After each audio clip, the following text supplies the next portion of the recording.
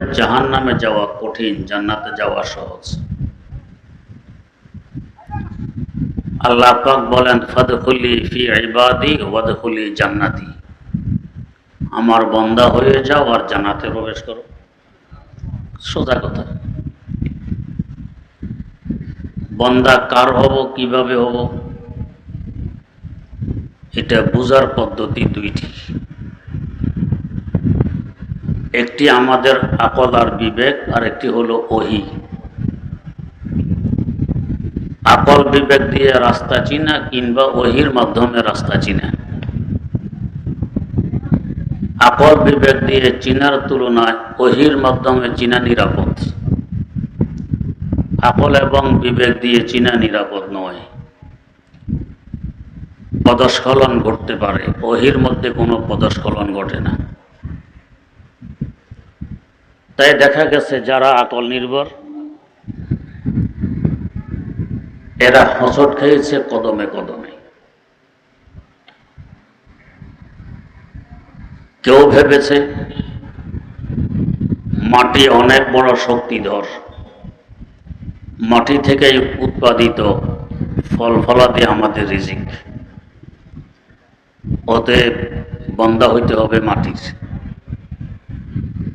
মাটি দিয়ে মূর্তি নির্মাণ করে এটার পূজা পাঠ করি। আবার কেউ বিবেক দিয়ে চয়ন করেছে, না, পানির অপর নাম জীবন, পানি ছাড়া কোনো প্রাণী বাঁচতে পারে না, এবং মাটি থেকে পানির শক্তি আরো অনেক বেশি। অতএব পূজা পাঠ করতে হবে গঙ্গা দেবীর, স্নান করতে হবে নাঙ্গলবন্ধে গিয়ে। আবার বিবেক দিয়ে কেউ চয়ন করেছে বাতাসকে, বাতাসের শক্তি পানি থেকে আরো বেশি, অতএব পূজা পাঠ করা লাগবে বাতাসের। কেউ চয়ন করেছে আগুনকে, আগুনের শক্তি বাতাস থেকে আরো বেশি, আগুন দিয়ে বাক্সা করি, অতএব পূজা পাঠ করা লাগবে আগুনের। এদের এই বিবেক দিয়ে চয়ন করা সম্পূর্ণ ভুল। এই জন্যই আযানে আমাদের মুয়াজ্জিন প্রথমবারই আল্লাহু আকবার উচ্চারণ করেন 4 বার। একই শব্দ 4 বার উচ্চারণ করার কি অর্থ? একবার করলে অসুবিধা কি ছিল? এর রহস্য হলো যে মৌলিকভাবে আল্লাহ পাক আমাদেরকে সৃষ্টি করেছেন 4টি বস্তু দিয়ে, মাটি, পানি, বাতাস ও আগুন। মাটিকে শক্তিধর মনে করে মাটির মূর্তির পূজা পাঠ। মুয়াজ্জিন প্রথমবার আল্লাহু আকবার বলে জানায় দেয়, না, মহান তো আল্লাহ, মাটি নয়। মাটির শক্তি নিজস্ব নয়, আমার আল্লাহর দেয়া। অতএব ইবাদত করতে হবে তাঁর। আসো তার ঘরে, ইবাদত তাঁর করো। মাটির শক্তি যদি নিজস্ব হইত, মাটির বৈশিষ্ট্য যা পায় সব হজম করে মাটি বানায় ফেলে। এমনকি আশরাফুল মাখলুকাত মানুষকে পর্যন্ত মাটি বানায়। কিন্তু এরপরেও এখনো মাটির নিচে অসংখ্য মানুষ পাওয়া যাবে, হাজার হাজার বছর থেকে তারা মাটির নিচে লাশ হয়ে পড়ে আছেন, মাটি এদেরকে হজম করতে পারেনি।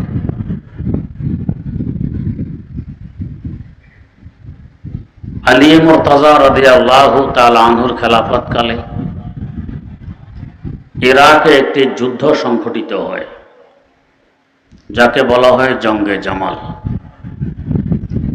এই যুদ্ধে 2 জন শহীদ সাহাবী 1958 সনে স্বপ্নে দেখাচ্ছেন, আমাদের লাশগুলো তুলে নিয়ে পুনরায় অন্যত্র দাফন করা হোক।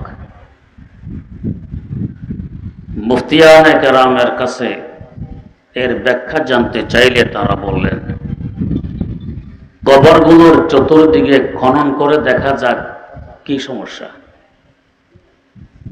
খনন করার পর দেখা গেল ফোরাত নদী থেকে মাটির নিচ দিয়ে ক্যানাল জারি হয়েছে,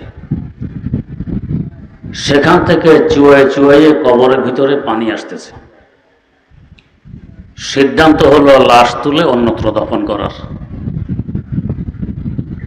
কবরগুলো যখন খোলা হলো, মনে হলো কান্নাহু দুফেনাল ইয়াউম, যেন আজকে দাফন করা হয়েছে, অথচ 1450 বছর আগের কবর। যদি মাটির এই শক্তি নিজস্ব হইতো, এই দুইটা লাশকে হজম কেন করলো না? বোঝা গেছে শক্তি নিজস্ব নয়, আমার আল্লাহর দেয়া। যাকে হজম করার শক্তি দেন, অনুমতি দেন, তাকে হজম করতে পারে, যাকে অনুমতি দেন না তাকে পারে না, বরং সংরক্ষণ করে। মাটির শক্তি নিজস্ব নয়, অতএব পূজার উপযোগী মাটি নয়, ইবাদতের উপযোগী মাটির সৃষ্টিকর্তা আল্লাহ রাব্বুল আলামিন। ইবাদত তার করতে প্রথমবার বলে আল্লাহু আকবার। মাটি থেকে পানির শক্তি আরো বেশি। পানির ধাক্কা দিলে মাটি ভেঙে চুরমার হয়ে যায়। হাতিয়া প্রতি বছর 1-1.5 কিলোমিটার ভাঙে। মাটি যদি বলে আজ থেকে আমি আর ভাঙবো না, পানির সাথে যুদ্ধ করে মাটি পারবে? পারবে না। এই 20 কোটি বর্গমাইল আয়তনের পৃথিবীর মাত্র 23 ভাগ মাটি, 77 ভাগ হলো পানি। কত বেশি! এক আটলান্টিক মহাসাগর 5000 কিলোমিটার চওড়া, 9 কিলোমিটার গভীর। কত পানি! এই শক্তি দেখে গঙ্গা দেবীর পূজা পাঠ, নাঙ্গলবন্দের স্নান আরেক জাতি করে। মুয়াজ্জিন দ্বিতীয়বার আল্লাহু আকবার বলে জানায় দেন, না, পানি মহান নয়, মহান পানির সৃষ্টিকর্তা আল্লাহ রাব্বুল আলামিন। অতএব পূজা পানির হবে না, ইবাদত করতে হবে পানির সৃষ্টিকর্তা আল্লাহ রাব্বুল আলামিন। পানির যে শক্তি দেখা যাচ্ছে, এটাও নিজস্ব নয়, এটা ঋণ করা শক্তি, আমার আল্লাহর দেয়া। যদি শক্তি নিজস্ব হইত, পানির বৈশিষ্ট্য কোনো ওজনে বস্তু পানিতে গেলে পানি ডুবিয়ে দেয়, এমনকি মানুষকে পর্যন্ত। যদি এই শক্তি নিজস্ব হতো, হাকিমুল ইসলাম আল্লামা কারি তৈয়ব সাহেব রহমতুল্লাহ আলাইহি লেখেন, একদিন হযরত রাবেয়া বসরিয়া এসেছেন হযরত হাসান বসরি রাহিমাহুল্লাহু তাআলার কাছে কোনো প্রয়োজনে। বাড়ি এসে খোঁজ নিয়ে জানতে পাইলেন তিনি বাড়ি নেই। না থাকলে সাধারণত কোথায় যান রাবেয়ার জানা আছে, দজলা নদীতে। রাবেয়া গিয়ে দেখেন ঠিকই হযরত নদীর উপরে জানামাজ বিছিয়ে নামাজ পড়তেছেন, পানির উপরে ডুবতেছেন না। এই দেখে রাবেয়া বসরিয়া বাতাসের উপরে জানামাজ বিছিয়ে তিনিও নামাজ পড়তেছেন, ইনিও পড়তেছেন না। নামাজ শেষ করে রাবেয়া বসরিয়া বললেন, হুজুর, পানির উপরে ভাসতে পারা এটা কোনো বুজুর্গের দলিল নয়। যদি বুজুর্গের দলিল হয় তো শুকনা পাতা পোতা পানির উপরে ভাসে, কচুরি ফানা পানির উপরে ভাসে, তাহলে এরা বড় বুজুর্গ। তেমনিভাবে বাতাসে ভাসতে পারা এটাও বুজুর্গি নয়। যদি বাতাসে ভাসতে পারা বুজুর্গি হয় তো মশা মাছি বাতাসে ভাসে, এরা বড় বুজুর্গ।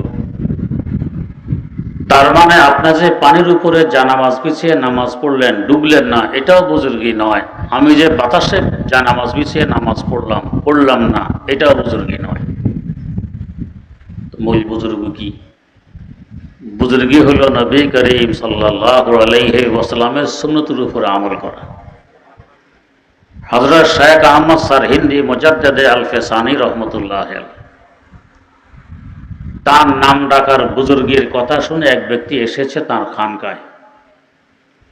দীর্ঘ 30 বছর রইল। 30 বছর পর একদিন গাট্টি গোট্টা বেঁধে রওনা করছে, আর থাকবে না। হযরত মুজাদ্দিদ সাহেব রহমতুল্লাহ আলাইহি জিজ্ঞেস করলেন, ব্যাপার কি, থাকবে না কেন? হুজুর, আপনার বুজুর্গের কথা শুনে এসেছিলাম আপনার দরবারে। 30 বছর রইলাম, একটি অলৌকিক ঘটনাও দৃষ্টিগোচর হইল না, তাই নিরাশ হয়ে ফিরে যাচ্ছি। বুজুর্গের মাপকাঠি মনে করি অলৌকিক ঘটনা কারামত। হযরত জিজ্ঞেস করলেন, তুমি 30 বছর এখানে রইলে, দীর্ঘ 2.5 যুগ, 30 বছরের সুন্নত পরিপন্থী কোনো কাজ আমাকে করতে দেখেছো? কয়, না দেখিনি।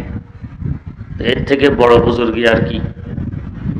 এই এক কথায় ও লোকটির দিব্য চক্ষু খুলে যায়। এখন সে যেন বলতেছে, জাযাকাল্লাহকে চশমম বাজ কর দি, মোরা বাজান যা হামরাজ কর দি, মোরা বাজান যা হামরাজ কর দি। ও আল্লাহর ওলি, আপনি তো এক কথায় আমার দিব্য চক্ষু খুলে দিলেন। আসল বুজুর্গি কি এখন বুঝে এসেছে। অলৌকিক ঘটনা বুজুর্গির দলিল নয়। তো বলার উদ্দেশ্য, হযরত হাসান বসরি পানির উপরে যা নামাজ বিছিয়ে নামাজ পড়লেন, ডুবলেন না। পানির তো বৈশিষ্ট্য ডুবিয়ে দেয়া, ওনাকে কেন ডুবাইল না? আমার আল্লাহ অনুমতি দেননি। অনুমতি দিলে পানির শক্তি কাজে লাগে, ডুবিয়ে দেয়, না দিলে সে রক্ষা করে। তেমনি ভাবে আপনাদের পরিচিত বাংলাদেশের মহান বুজুর্গ উজানির কুতবে জামান হযরত কারি ইব্রাহিম রহমতুল্লাহ আলাইহি, ওনার জীবনীতে আছে, তাহাজ্জুদের সময় গভীর রাত জানামাজ কাঁধে দ্রুত বাড়ি থেকে বেরিয়ে আসলেন। খাদেম দূরত্ব বজায় রেখে পেছনে পেছনে চলছে, কোথায় যায় তাড়াতাড়ি। দেখলো হুজুর বাড়ি থেকে বেরিয়ে পুকুরের ঘাট দিয়ে পানির উপর দিয়ে হাঁটতে হাঁটতে পুকুরের মধ্যখানে গিয়ে জানামাজ বিছিয়ে আল্লাহু আকবার বলে নিয়ত বাঁধলেন। তাহাজ্জুদ পড়তেছেন, ডুবতেছেন না। পানির তো বৈশিষ্ট্য ডুবিয়ে দেয়া, তাকে কেন ডুবাইল না? আমার আল্লাহ অনুমতি দেননি, তাই ডুবাইল না। বোঝা গেছে পানির এই শক্তি নিজস্ব নয়, আমার আল্লাহ দেয়া। অতএব পূজা পাঠ গঙ্গা দেবীর হবে না, ইবাদত হবে পানির সৃষ্টিকর্তা আল্লাহ রাব্বুল আলামিনের। তাই দ্বিতীয়বার মুয়াজ্জিন আল্লাহু আকবার বলে এটা আমাদেরকে জানাইয়ে দেয়। এখানে একটি প্রাসঙ্গিক কথা, হযরত হাসান বসরিও নামাজ পড়লেন পানিতে গিয়ে। কুতবে জামান কারি ইব্রাহিম রহমতুল্লাহ আলাইহি নামাজ পড়লেন পানিতে গিয়ে। কেন? শুকনায় পড়লে সমস্যা কি? শুকনো জায়গায় পড়লেও সমস্যা নেই। তবে হাকিমুল ইসলাম আল্লামা কারি তৈয়ব সাহেব রহমতুল্লাহ আলাইহি লেখেন, কখনো দেখবে পানি কলকল কলকল শব্দে চলে, কখনো দেখবে নীরব নিস্তব্ধ পড়ে আছে। আর আমরা দেখি কখনো তর্জন গর্জনও করে। সাগরে পার গেলে, কক্সবাজার গিয়ে দেখবেন, কুয়াকাটা গিয়ে দেখবেন কি তর্জন গর্জন। তিনি বলেন, যখন দেখবে কলকল শব্দে চলতেছে, বুঝবে পানি জিক্রে জলি তথা উচ্চস্বরে জিকির করতে করতে চলতেছে। জিকির যখন দেখবে চুপচাপ পড়ে আছে, বুঝবে সে জিক্রে খফি তথা নিম্নস্বরে জিকিরে মশগুল। আর যখন দেখবে তর্জন গর্জন করতেছে, তখন বুঝবো তার জিকির করতে করতে ওয়াজদ এসে গেছে। উজানের মাহফিলে কিংবা চরমনার মাহফিলে গিয়ে দেখবেন কিছু লোকজন দৌড় দেয়, চিৎকার দেয়, লাফালাফি করে। এটাকে বলে ওয়াজদ। নিজের কন্ট্রোলে থাকে না। ইচ্ছাপূর্বক এমন করলে গুনাহ হয়, আর ইচ্ছা ছাড়া অটোমেটিক হয়ে গেলে সে মাযুর হয়। তো পানিরও ওয়াজদ আসে জিকির করতে করতে। জিকিরওয়ালার কাছে গেলে কলবে জিকির জারি হয়। তাই পানির কাছে গিয়ে ইবাদতে মগ্ন থাকলে, পানি যেহেতু জিকির করতেছে অহরহ, তাই তার প্রভাব আমার মধ্যেও পড়বে, আমার কলবে জিকির জারি হবে। আর যে কলবে জিকির নেই, এটা মুর্দা, এটা শয়তানের ঘর। দিল जो खाली जिक्र हक से आए जावा, खाना है शैतान है वो दिल बेगुमा, खाना है शैतान है वो दिल बेगुमा। যে কলবে আল্লাহর জিকির নেই, এটা শয়তানের ঘর, এটা মুর্দা। তাই বলা হয় উলামায়ে কেরাম, কোরআনে কারীম আল্লাহ পাক বলেন, ইন্নামা ইয়াখশাল্লাহা মিন ইবাদিহিল উলামা। বাস্তবে আল্লাহকে ভয় করেন আলেম সমাজ। কিভাবে? আলেম সমাজ যেদিন থেকে আলিফ বা তা সা পড়া শুরু করেছে ওই দিন থেকে মওত পর্যন্ত এদের লেখাপড়া বন্ধ হয় না। এলেম অর্জন একদিনের জন্য বন্ধ হয় না। এলেম শুধু ফরজ হয়, এলেমের অন্য কোনো স্তর নেই। অন্যান্য আমল তো 8 প্রকারের: ফরজ, ওয়াজিব, সুন্নতে মুআক্কাদা, সুন্নতে জায়েদা, হারাম, মাকরুহে তাহরিমি, মাকরুহে তানজিহি ও মুবাহ, 8 প্রকার। এলেম শুধু ফরজ হয়, আর কোনো প্রকার নেই। হয় ফরজে আইন, না হয় ফরজে কিফায়া। আর যতক্ষণ বান্দা ফরজে মশগুল থাকে, ব্যস্ত থাকে, বুখারী শরীফে হাদিস বর্ণিত, বান্দা ফরজ আমলে ব্যস্ত থাকলে, মশগুল থাকলে, তখন সে হয় আহাব্বু ইলাইয়া, তখন সে আমার সবচেয়ে বেশি মহব্বতের পাত্রে পরিণত হইয়া থাকে, আমার কাছে থাকে। আর যে নফল ইবাদতে মশগুল থাকে, সে ইয়াতাকাররাবু ইলাইয়া বিন নওয়াফিল, সে আস্তে আস্তে তাদরিজান আমার নৈকট্য লাভ করে।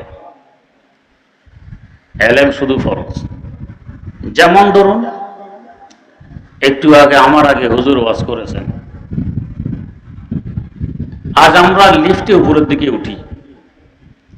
আজ থেকে হাজার হাজার বছর আগে আল্লাহর পয়গম্বর খলিলে খোদা সৈয়দনা হযরত ইব্রাহিম আলা নবিয়িনা ওয়া আলাইহিস সালাতু ওয়াস সালাম পাথরের উপরে দাঁড়িয়ে বাইতুল্লাহ নির্মাণের কাজ করেন।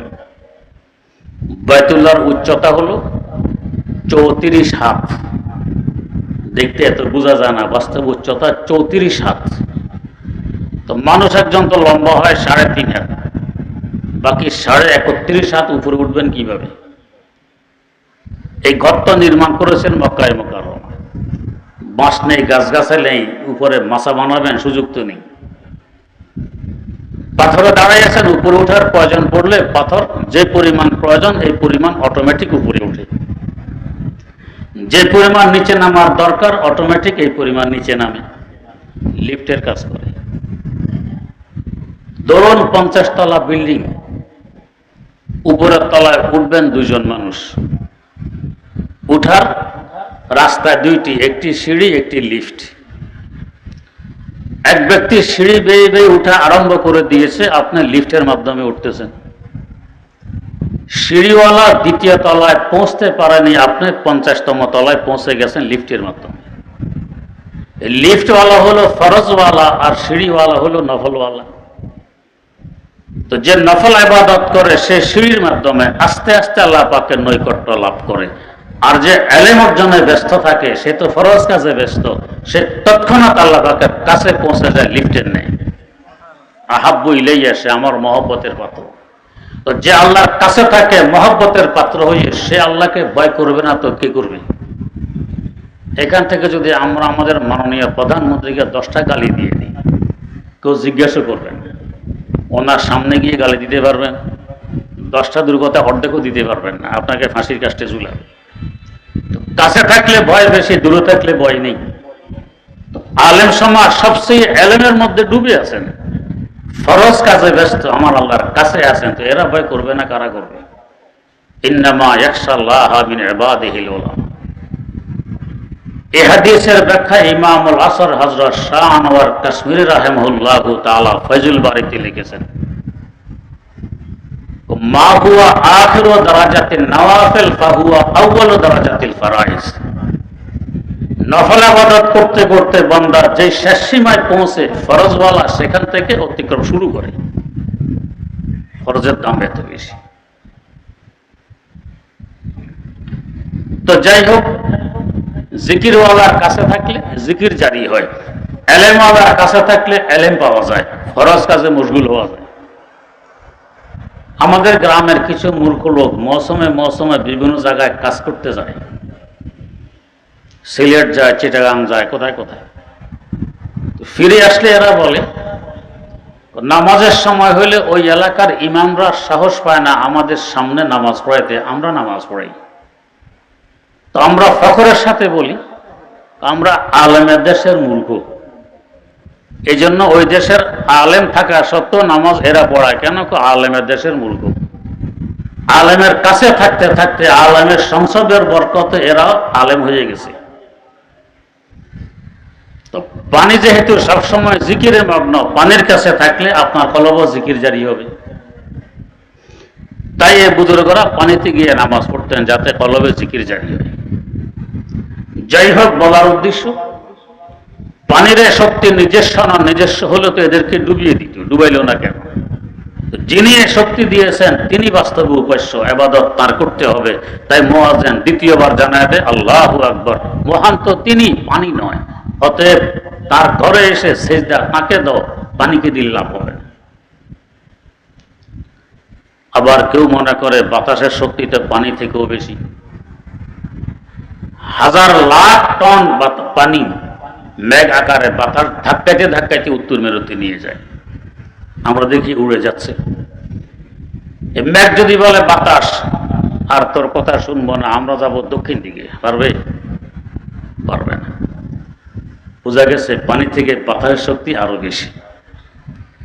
कौन लाता खींच कर दक्षिण से बादे साजेगार, कौन लाता खींच कर दक्षिण से बादे साजेगार, ये जो में किसकी है और किसका है नूरे आफताब। বাতাসের শক্তি পানি থেকে বেশি। মুয়াজ্জিন আল্লাহু আকবার বলে জানায় দেয় না, বাতাসের শক্তিও নিজস্ব নয়, আমার আল্লাহর দেয়া।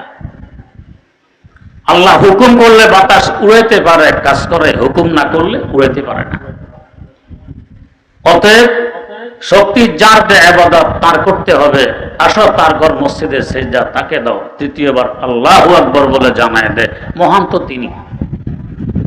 বাতাসের শক্তি যদি নিজস্ব হইত, হাকিমুল ইসলাম আল্লামা কারি তৈয়ব সাহেব রহমতুল্লাহ আলাইহি একটি ঘটনা উল্লেখ করেছেন। যমুনা নদীর তীরে আল্লাহর এক ওলি বসবাস করতেন, নাম ছিল শাহ দৌলা। ছোট্ট একটি নড়বড়ে ঝুপড়ি, উনি ওনার স্ত্রী বসবাস করেন। একদিন জোরসোরে তুফান আরম্ভ হয়, যেন ঝুপড়ি এখনই পড়বে। উনি স্থির আল্লাহ বিল্লাহ মগ্ন, কারণ এরা তো ভরসা করে আল্লাহর উপর। আমি দৌড়ভাগ করলে কি লাভ, আমার আল্লাহ যা চান তাই তো। তাদের অবস্থা হলো গোলামে পোকতাকারে সৌরাজে দাহারে কন্তর জো, গোলামে পোকতাকারে সৌরাজে দাহারে কন্তর জো, কে কস নকশা দেওয়া নকশা ইয়াদ বহত মতি মুইমারা। আমার আল্লাহ যদি চান ঝুপড়ি উড়ায় নিয়ে যেতে, আমিও এটাই চাই। আর তিনি যদি চান ঝুপড়ি ঠিকঠাক রেখে যেতে, আমি এটাই চাই। আমার আল্লাহর চাহিদা তো আমার চাহিদা। আল্লাহর চাহিদা পরিপন্থী কোনো চাহিদা আমি পোষণ করলে কি লাভ হবে? আমারটা তো পূরণ হবে না, হবে তো আল্লাহটাই। উনি স্থির। স্ত্রী বলেন, আরে মাথা গোজার ঠাঁই একটি মাত্র ঝুপড়ি, এটা পড়ে যাচ্ছে, আপনি স্থির বসে আছেন, কি করবো? বাঁশ বুঁশ নিয়ে একটু ঠেকা টুকা দেন। স্ত্রীর যন্ত্রণায় তিনি বাঁশ নিয়ে বেরিয়ে যেদিক থেকে বাতাস ঠেলতেছে ওই দিক থেকে বাঁশ লাগাইয়ে উনিও ঠেলা আরম্ভ করছেন। বাতাসও ঠেলে, উনিও ঠেলেন। এই অবস্থা দেখে স্ত্রী বললেন, আরে আপনার বুদ্ধি শুদ্ধি কোথায় বিদায় নিয়ে গেছে? ওই কি বাতাসও ঠেলে, আপনিও ঠেলেন।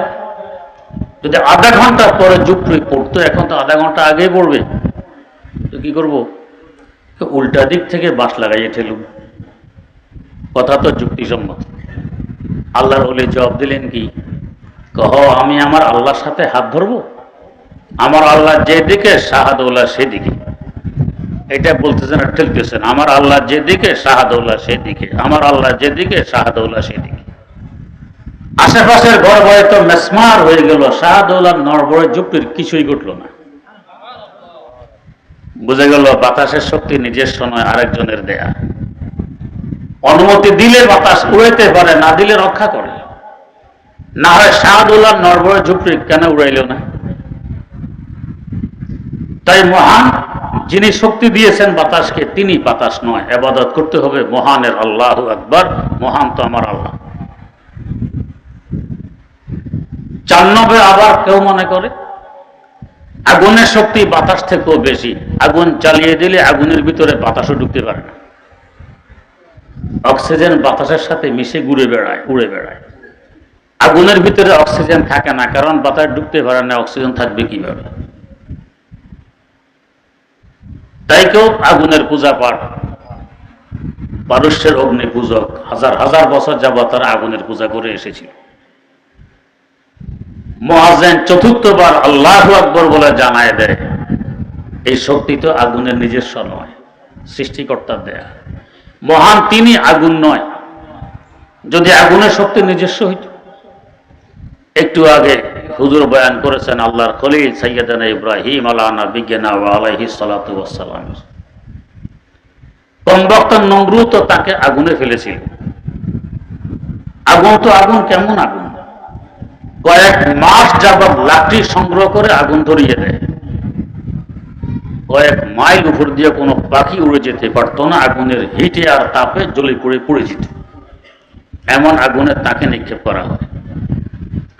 নিক্ষেপ করা মাত্রই তো জ্বলে পুড়ে বর্ষ হয়ে যাওয়ার কথা, কিন্তু আল্লাহর খলিল 40 দিন কাটাইলেন আগুনের ভিতরে, একটি পশমত জ্বলল না। বরং এই অবস্থা দেখে হযরত জিবরাইল আমিন আলাইহিস সালাম আল্লাহ পাকের দরবারে গিয়ে দরখাস্ত পেশ করলেন, আল্লাহ, গোটা পৃথিবীতে একমাত্র তৌহিদের পতাকা বাহী আপনার খলিল, দুশমন কমবক্ত নমরুদের এই আচরণ, এটা কি সহ্য করা যায়? তো কি করবে? আপনি অনুমতি দেন, আগুনগুলো তুলে নিয়ে নমরুদের মাথায় ঢেলে দিস। আমরা আল্লাহ বললেন, জিবরাইল, যার ব্যথায় ব্যথিত হয়ে আমার কাছে অনুমতি চাইতে এসেছ, তাকে একটু জিজ্ঞেস করে দেখো তিনি কি বলেন। आग है औलाद इब्राहिम है नमरूद है, आग है औलाद इब्राहिम है नमरूद है, फिर किसी को क्या किसी का इम्तिहान मकसूद है। কমবক্ত নমরুদ আল্লাহর খলিলকে আগুনে ফেলে দিল। আল্লাহ পাক অপেক্ষায় আছেন খলিল পরীক্ষায় পাশ করেন কি ফেল করেন। বললেন তাকে একটু জিজ্ঞেস করে দেখো তিনি কি বলেন। জিবরিল আমিন ছুটে আসলেন খলিলের দরবারে, এসে বললেন, খলিল, গোটা পৃথিবীতে একমাত্র তৌহিদের পতাকাবাহী আপনি, আর আপনার সাথে কমবক্ত নমরুদের এই আচরণ, এটা তো সহ্য করা যায় না। অনুমতি চাই, আগুনগুলো তুলে নিয়ে নমরুদের মাথায় ঢেলে দিই। এই সুযোগ যদি আমাদের হাতে আসতো, কি বলতেন? যে হুজুর, আর দেরি করার কি কাজ, তাড়াতাড়ি কাজ সেরে ফেলুন, জগৎবাসী টের পাবে আমি যে বিশ্ব অলি, দুনিয়াবাসী বুঝবে আমি যে সুফি সম্রাট। বাস্তবে যারা ওলে তারা ডন্ডুরা পিঠে না, লুকিয়ে থাকার চেষ্টা করে। এই সুযোগ হাতে আসার পরেও আল্লাহ খলিল জবাব দিলেন কি, জিবরাইল, যার কারণে আমাকে নমরুদের আগুনে আসতে হয়েছে তিনি দেখেন আমার কি অবস্থা, আপনার কাছে সাহায্য চাইতে হবে কেন? বেখতর কূদ পড়া আতিশে নমরুদ में इश्क, बेखतर कूद पड़ा आतिश नमरूद में इश्क, अक्ल है महव तमाशा लबे बाम अभी, पुख्ता होती है अगर मुस्लिहतन देश उड़त लो, इश्क हो मुस्लिहतन देश अगर खाम अभी।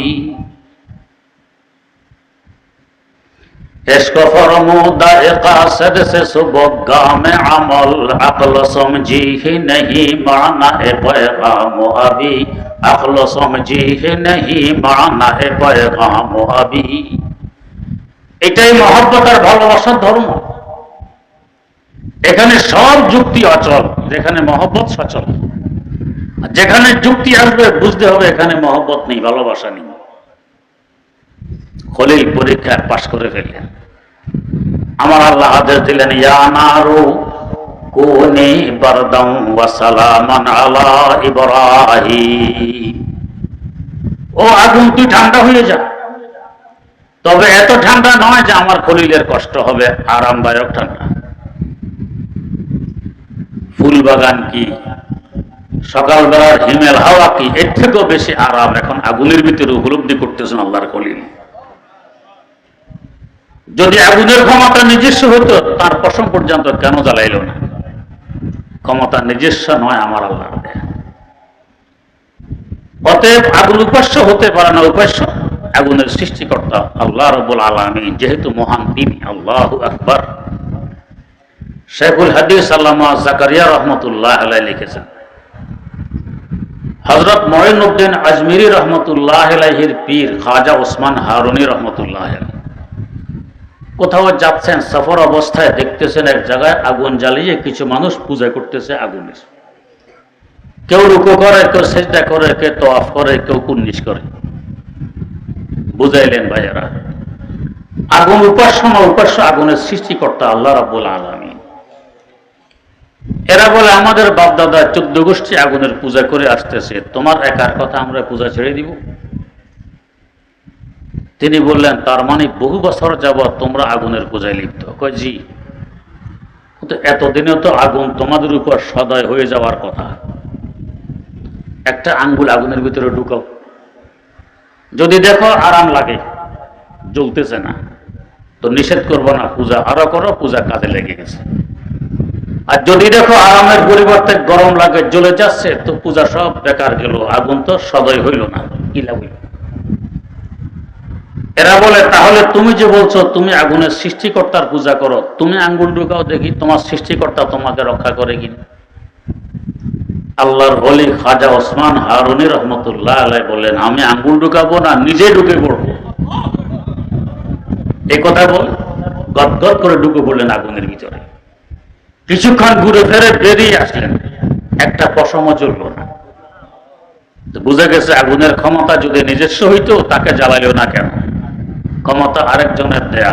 অনুমতি পাইলে জ্বালায়, না পাইলে রক্ষা করে, বরং শান্তির ব্যবস্থা করে। তাই মুয়াজ্জিন চতুর্থবার আল্লাহু আকবার বলে জানায় দেয়, মহান আগুন নয়, মহান আল্লাহর সৃষ্টিকর্তা আল্লাহ রাব্বুল আলামিন। অতএব ইবাদত তার করতে হবে। এই যে এরা কেউ মাটির, কেউ পানির, কেউ বাতাসের, কেউ আগুনের পূজা পাঠ করল, এগুলো সব হলো বিবেকের ফসল। এরা কেউ ওহীর ধার ধারেনি, বিবেক দিয়ে, আকল দিয়ে এগুলোর পূজা করেছে, সব বদস্খলন ঘটেছে। আর এক পন্থা হলো ওহীর মাধ্যমে ঠিক করা, বন্দিগি কার করবো, গোলাম কার হব। ওহী বলে কুলু লা ইলাহা ইল্লাল্লাহ তুফলিহুন, এক সত্তার ইবাদত করো, তাওহীদের পতাকাবাহী হও, কামিয়াব হবে, সফল কাম হবে। গোলাম আল্লাহ পাকের বনো, সহজে জান্নাতে যেতে পারবে। ফাদখুলি ফি ইবাদি ওয়াদখুলি জান্নাতি, আমার গোলাম হও আর জান্নাতে ঢুকো, কত সহজ।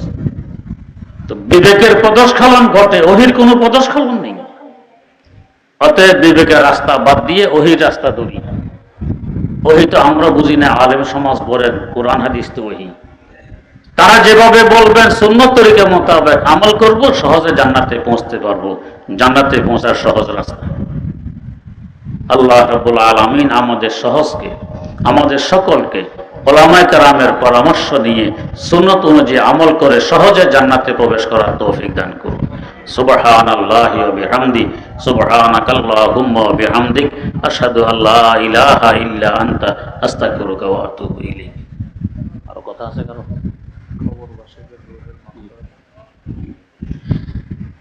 আলহামদুলিল্লাহি রাব্বিল আলামিন, ওয়াসসালাতু ওয়াসসালামু আলা আশরাফিল আমবিয়া ওয়াল মুরসালিন, সাইয়্যিদিনা ওয়া মাওলানা মুহাম্মাদিন ওয়া আলা আলিহি ওয়া আসহাবিহি আজমাইন।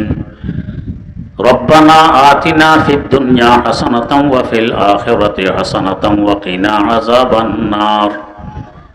রব্বানা ইসরিফ আন্না আযাবা জাহান্নাম, ইন্না আযাবাহা কানা গরামা। রব্বানা হাব লানা মিন আজওয়াজিনা ওয়া যুররিয়াতিনা কুররাতা আয়ুন ওয়াজআলনা লিল মুত্তাকিনা ইমামা। রব্বিরহামহুমা কামা রব্বায়ানি সগীরা, রব্বিরহামহুমা কামা রব্বায়ানি সগীরা। আল্লাহুম্মা ইন্না নাসআলুকা মিন খাইরি মা সাআলাকা মিনহু আবদুকা ওয়া নাবিয়্যুক মুহাম্মাদুন সাল্লাল্লাহু আলাইহি ওয়াসাল্লাম ওয়া ইবাদুকাস সালিহুন, ওয়া নাউযু বিকা মিন শাররি মাস্তাআযা মিনহু আবদুকা ওয়া নাবিয়্যুক মুহাম্মাদুন সাল্লাল্লাহু আলাইহি ওয়াসাল্লাম وعبادك الصالحون اللهم لا تدع لنا ذنبا إلا غفرته ولا هما إلا فرجته ولا دينا إلا قضيته ولا مريضا إلا شفيته ولا حاجة من حوائج الدنيا والآخرة إلا قضيتها يا أرحم الراحمين রব্বুল আলামিন, কতগুলো তোমারই বান্দা বুক ভরা আশা নিয়ে গভীর রাত ওয়াজ মাহফিলে বসে কাঙ্গালের ন্যায় তোমার দুয়ারে হাত পেতেছি। মাওলায়ে কারীম, মেহেরবানি করে কারোর হাতকে খালি ফিরাই দিও না। রহমত দিয়ে সকলের ভিক্ষার ঝুলিকে ভরপুর করে দাও। নবজাত শিশু না নিষ্পাপ বানায় নাও। আয় আল্লাহ, যাদের উদ্যোগে, যাদের শ্রমে, যাদের পরামর্শে, যাদের দানে এবং যাদের সহযোগিতায় আজকের এই মাহফিল অনুষ্ঠিত হয়েছে, সকলকে উত্তম প্রতিদান দান করো। আয় আল্লাহ, এর সওয়াব জিন্দা মুর্দা সকল উম্মতে মুহাম্মদীকে দান করো। অত্র এলাকার জমিনের নিচে যত মুসলমান নরনারী কবর দেশের বাসিন্দা হয়ে আছে, মাহফিলের সওয়াব সকলের কবরগুলোকে পৌঁছিয়ে দাও। কবরগুলোকে বেহেশতে গুলজারে পরিণত করে দাও। আয় আল্লাহ, যাদের উদ্যোগে মাহফিল অনুষ্ঠিত হয়েছে, সকলকে আরো বেশি বেশি দ্বীনের খেদমত করার তৌফিক দান করো। মাহফিলের খাতিরে পুরা এলাকায় সুন্নতি ফেজা কায়েম ফরমাও, আমলি পরিবেশ কায়েম ফরমাও।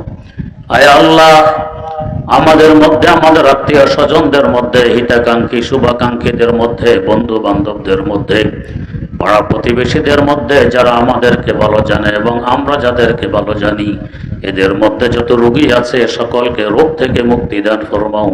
সুস্থতার সাথে বরকতময় জীবন নসিব করো। আয় আল্লাহ, যাদের আর্থিক দুর্বলতা আছে সবলতা নসিব করো। যারা ঋণী আছে সহজে ঋণ পরিশোধ করার ব্যবস্থা করে দাও। আয় আল্লাহ, মনের সকল জায়েজ আশা আকাঙ্ক্ষাগুলোকে পূরণ করে দাও।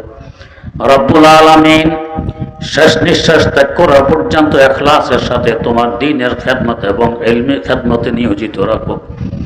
দুশ্মনকে দোস্ত বানায় দাও, জালেমকে আদেল বানায় দাও, শত্রুকে মিত্র বানায় দাও। আয় আল্লাহ, মেহেরবানি করে আমাদেরকে তোমার বানায় নাও, তুমি আমাদের হয়ে যাও। কদমে কদমে দস্তগিরি ফরমাও। আয় আল্লাহ, তোমার লক্ষ লক্ষ বান্দা হজের মৌসুমে হজ করতে যাবে। আয় আল্লাহ, মেহেরবানি পূর্বক সকলের হজকে তুমি কবুল করে নাও এবং এখানে আমরা যারা উপস্থিত আছি সকলকে বারবার হারামাইন শরীফাইনে জিয়ারত নসিব ফরমাও। আয় আল্লাহ, হারামাইন শরীফাইন থেকে আমরা হাজার হাজার মাইল দূরে বসবাস করি, গরিব দেশের বাসিন্দা। তোমার কুদরতের কোনো অভাব নেই, মেহেরবানি করে কুদরত ইস্তেমাল করে আমাদেরকে বারবার মকবুল হজ করা তৌফিক দান ফরমাও। खाना ये करबा का मंजर आए खुदा दिखला मुझे, मक्का ओ शहरे मदीना देखने को दे मुझे, मक्का ओ शहरे मदीना देखने को दे मुझे।